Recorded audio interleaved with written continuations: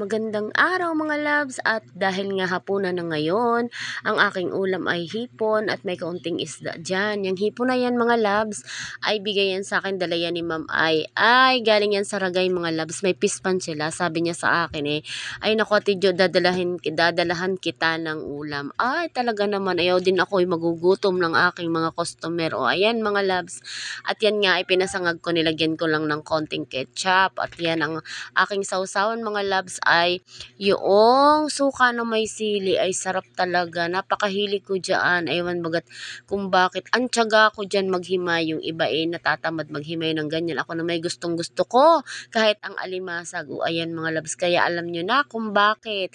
Ang lusog ng inyong ateng. O ayan. At talagang ako'y matyagang mag-isa-isa niyan. Hanggang sa ulo ay talagang sinisip-sip ko. Ay, ang sarap naman kasi. O yung iba, yung aking partner, allergy dyan. Nasakit yung tiyan kapag kumakain niya ng ganyan, hipon at saka alimasag at mga seychelles. Ayan, ako naman ay hindi. Pero pag nasusobrahan, parang naaasid ba ako. Ayan, pero wala akong dala. Basta't ako'y lalafang. O ayan mga loves, talagang ako'y nakikipagkwentuhan dyan sa aking partner habang ako ay kumakain. Siya naman nakain na rin diyan. Sabi niya, wag mo nang iharap sa akin ng camera at makikita pa ako. O ayan, at ako ay naghimagas na ng saging.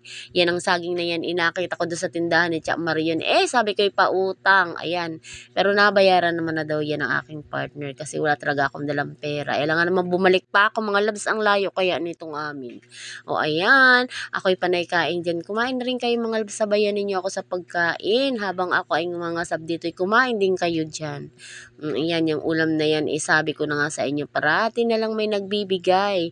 Libre na naman yan mga loves. O, diba, nakasurvive na naman ang isang meal ng inyong ateng. O, ayan. Akala ko'y tapos na, kumuha pa rin pala. Kaya talaga naman, pagkaharap ko kasi yung mga ganyang pagkain, hindi ko napipigilan ng aking sariling kumain ng kumain. Ayan, dumampot pa talaga. O, ayan, halam nyo na ang aking kaya ako'y healthy ay dahil ganyan ang aking pagkain. Good for 3 persons na yata yung aking ulam. O ayan mga loves, tiyaga-tiyaga ko talaga kasi ang sarap naman kaya na kumain ng mga ganyan. O ayan, dahil ako ay matyaga, o ay mauubos ko rin yata. Aba, magtira naman para mamaya o kay para bukas. Wag ubos biyaya, isang kainan ayan, balat ng balat at tapos ay subo ba? Talagang dumampot pa talaga ulit. Ay hindi yata titigilan hanggang sa maubos. Aba, magtira hanggang bukas ng umaga. Ayan, kumuha ulit. Ay. Na talagang hindi na mapigilan ang pagkain. Kaya naman, lumulubo na tayo sa timbang. Ayan, yan lang ang kaligayahan ko mga loves, ang kumain. Ayan. Kumain din kayo dyan at ako'y samahan ninyo sa pagkain. Yun lamang mga loves. Thank you for watching. Don't forget to follow, react na rin sa aming mga videos. Please subscribe na rin.